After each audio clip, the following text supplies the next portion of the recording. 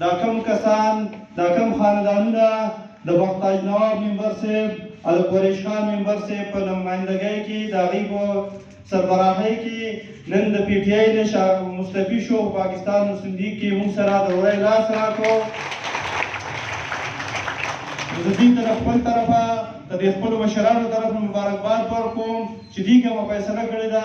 انشاءالله دا به د ګارۍ د کلي لپاره د دې علاقې د مستقبل د خیر فیصله وي. دا د راتلونکي وخت فیصله ده، دا د حالاتو تقاضا ده. ځکه که تاسو وګورئ د 2002 نه وروسته د سیاست د حالات بدل شوي دي.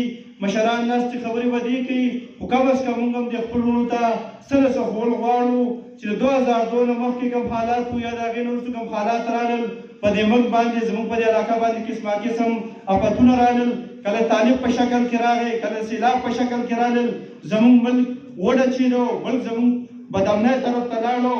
خو کله چې نواز شریف ته د ملک واک راغی او د ملک واک یې په لاس کې واخیستل، نو د مشرف د دور تاسو ریټونه وګورئ او بیا د نواز شریف د دور ریټونه وګورئ. په ملک کې بیا هغه سوکالي واپس راغله، په ملک کې هغه خوشحالي واپس راغله.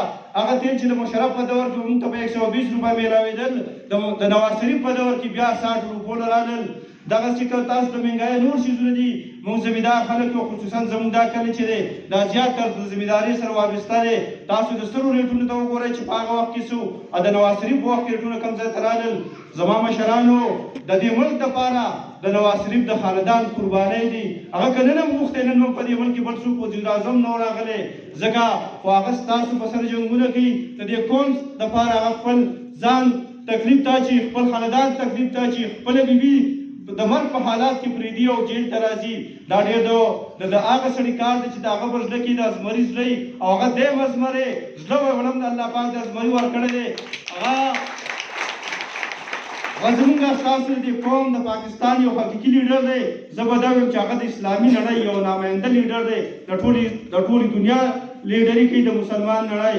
هغه دا نن چې مسلمان زموږ پاکستان په فخر سره خبره کوي، اټومي قوت دا طاقت هم الله پاک د نواز شریف لاس ته ورکړی و چې پاکستان له اټومي قوت جوړ کو او پاکستان اټومي طاقت جوړ کو. دغسې د هغه کارکردګۍ ګورل په هغې باندې روز ختمیږي، د ورځې چې کلونه د هغه کارکردګۍ نه بیانېږي. خو زه تاسو ته دا سوال کوم چې د نن نه بعد یوازې په دې ګارۍ کې انشاءالله که زموږ دوست دی، که زموږ خپل دی، که زموږ پردی دی، خو چې موږ دا دعوت ورسوو لکه تبلیغیانو باندې چې دې ملک دپاره په خپل راتلونکي نسل باندې رحم وکړو، د نواز شریف د شا باندې ودرېږو، دغه پارټي مضبوطه کړو، نو دا د پاکستان مضبوطیا ده، دا زموږ خوشحالي ده او زموږ سوکالي ده. خبرې ډېرې شوې.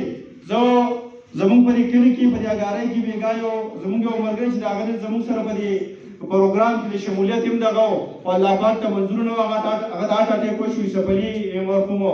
زه تاسو ټولو ته درخواست کوم دا خبر باندې لومړی پکار وه چې د هغه په حق کې دعا وکړو.